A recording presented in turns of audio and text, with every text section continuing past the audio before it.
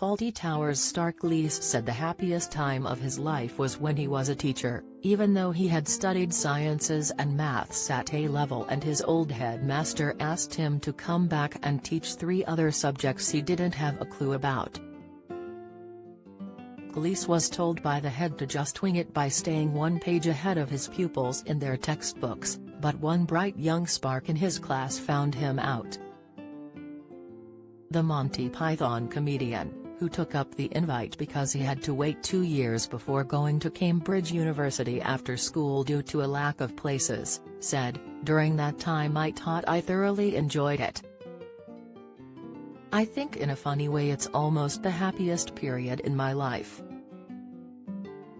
I love the teachers because I'd been at the school as a boy. And it taught me a lot of stuff that had never been taught at school." When the headmaster heard that I couldn't get into Cambridge, he actually rang me up and said come and have a chat. And when I got there he said to me, "Would you like to come and teach?" I thought, well, it would be lovely because I knew all the masters. I said, "Mr. Tolson, but what do you want me to teach?" And he said English, history, and geography. Cleese, who had only just completed A-levels in physics, chemistry, and maths, continued, "And I was appalled. I said I don't know anything about any of them, I've just done 31 out of 36 lessons a week in science."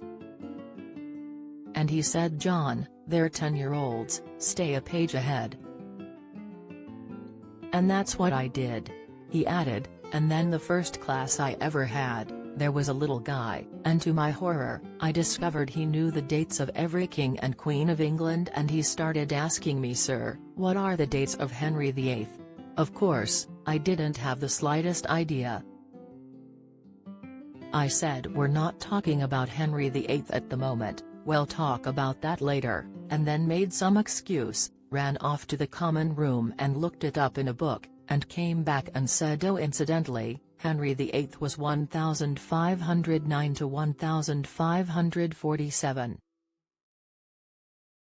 And then I fled upstairs and spent the next 2 days in my little garret room with a gas fire learning the dates. And I can now do all the dates of all the kings and queens, and I can also do the capitals, because this little so-and-so could do all the capitals too." So I sort of had a chance to educate myself. Cleese added on the Show Talk podcast, "I think education teaching people is a really honorable thing to do.